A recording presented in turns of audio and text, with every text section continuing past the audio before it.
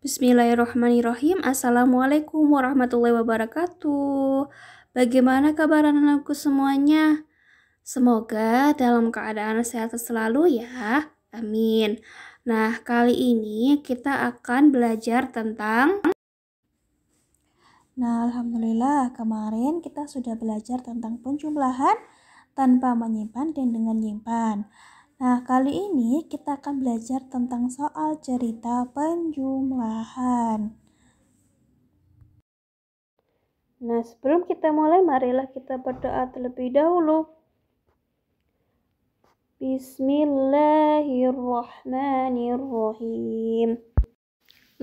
Sebelum kita memulai pelajaran yang perlu ketahui, dalam soal cerita penjumlahan ini, itu masih dalam Quran surat Al-Kahfi ayat 25.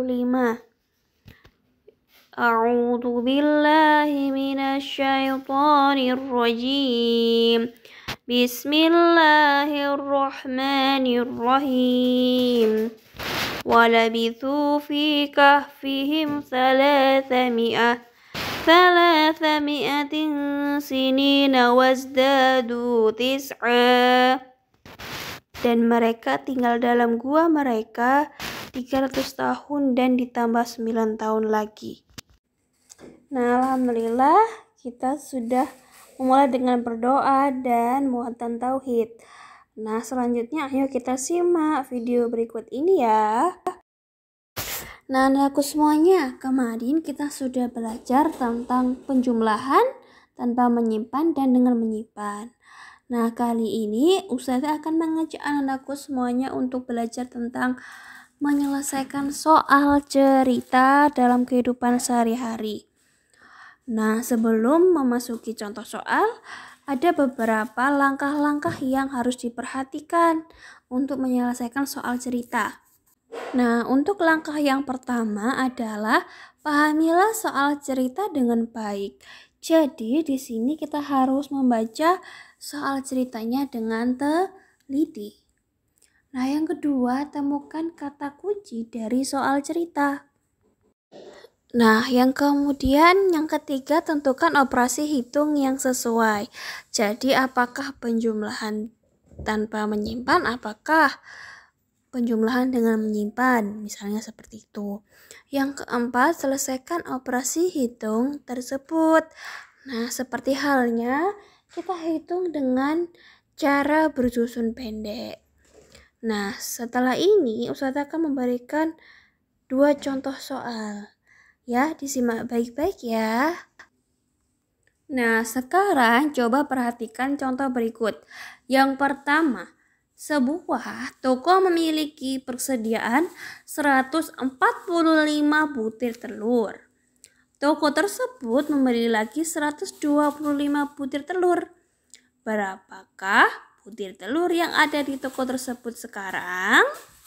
Karena pertanyaannya berapa butir telur yang ada di toko tersebut sekarang, jadinya caranya dijumlahkan.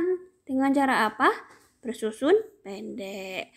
Berikut ini salah satu cara penyelesaian soal cerita.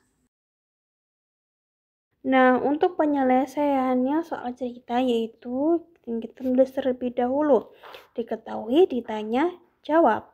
Mengapa Ustazah? Agar kita lebih mudah untuk menghitungnya. Ya, apa saja yang harus dijumlahkan?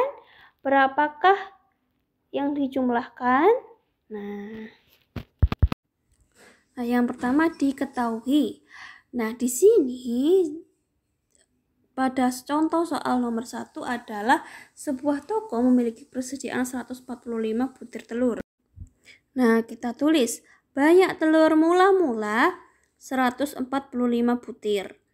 Kemudian toko tersebut membeli lagi, makanya kita tulis membeli lagi sama dengan 125 butir. Selanjutnya kita tulis ditanya. Apa ditanya? Ditanya itu adalah berapa jumlah butir telur sekarang yang ada di toko. Ditanya ini jadinya kita menuliskan pertanyaannya. Berapa jumlah butir telur sekarang? Kita tulis. Nah, selanjutnya kita langsung dijawab. Nah, bagaimana Ustazah? Jadi, caranya sama, yaitu dengan menulis dengan cara bersusun pendek. Dengan cara apa? Bersusun pendek. Jadinya, nah, jumlah telur sekarang dapat ditentukan dengan mencari hasil dari 145 ditambah 125. Nah, yang sudah Ustazah sampaikan tadi kita tulis ya. Dihitung 145 ditambah 125 dengan cara bersusun pendek. Nah, perlu diingat bahwasanya angka satuan harus lurus dengan angka satuan, angka puluhan harus lurus dengan angka puluhan, angka ratusan harus lurus dengan angka ratusan. Nah, di sini kita dapat menghitungnya. 145 ditambah 125. Nah, perlu diingat kita menjumlahkan yang angka satuan terlebih dahulu ya. 5 ditambah 5 sama dengan berapa? 5 di mulut, 5 di tangan. 5, 6, 7, 8, 9, 10. Nah, sekarang kita tulis nolnya, kita simpan 1. Nah, sekarang mari kita hitung ke bagian angka yang puluhan ya. Nah, ke bagian angka yang puluhan. Tadi angka yang disimpan berapa? 1. 1 ditambah 4. Ayo kita perhitung bersama-sama. 1 di mulut, 4 di tangan. 1, 2, 3, 4, 5. Nah, kemudian 5 ditambah 2. 5 ditambah 2. 5 di mulut, 2 di tangan. 5, 6, 7. 7. Nah, kemudian kita lanjutkan untuk menghitung angka bagian ratusan. 1 ditambah 1 berapa? 2. Jadi 145 ditambah 125 sama dengan 270. Kemudian kita tulis jadinya ya. Jadi jumlah telur yang ada di toko tersebut sekarang ada 270 butir. Fahim tum? Nah, jika kurang paham boleh bertanya kepada Ustazah Fira ya. Nah, sekarang kita lanjut ke contoh soal berikutnya. Contoh soal yang kedua. Di dalam ruang pertemuan terdapat 110 kursi. Lalu, karena akan diadakan seminar, ditambahkan lagi 175 kursi. Berapa jumlah kursi yang ada dalam ruang pertemuan sekarang? Nah, cara menulisnya masih sama ya, yaitu diketahui, ditanya, jawab. Ya, nah anak-anakku semuanya, di sini kita masih belajar tentang penjumlahan ya.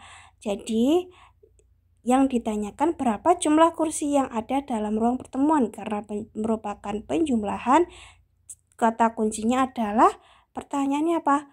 Jumlah. Berapa jumlah kursi? Jadi ditanyakan berapa jumlah kursi yang ada dalam pertemuan sekarang. Nah, kemudian kita tulis diketahui. Yang pertama apa tadi? Di dalam ruang pertemuan terdapat 110 kursi.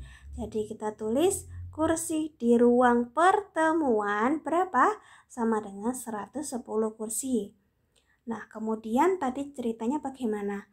Lalu, karena diadakan seminar, ditambahkan lagi 175 kursi. Jadi, kursi yang ditambahkan sama dengan 175 kursi. Nah, selanjutnya kita tulis ditanya. Ditanya tadi berapa?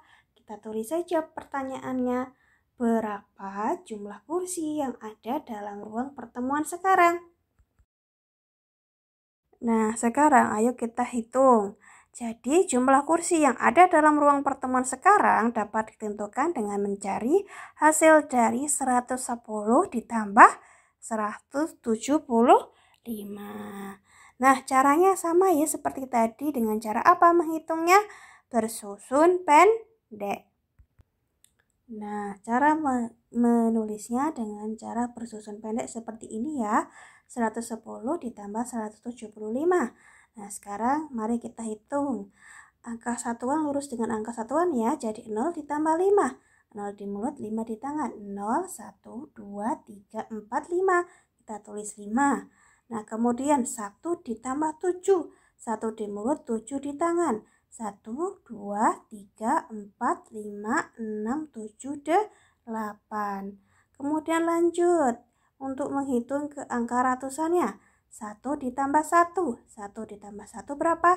2. Jadi 110 ditambah 275 berapa? 285. Jadi dapat kita tuliskan seperti ini ya. Jadi jumlah kursi yang ada dalam ruang pertemuan sekarang ada 285 kursi. Fahimtum? Nah, untuk tugasnya jangan lupa untuk tetap mengerjakan soal cerita, latihan soal cerita yang terdapat pada LKPD ya.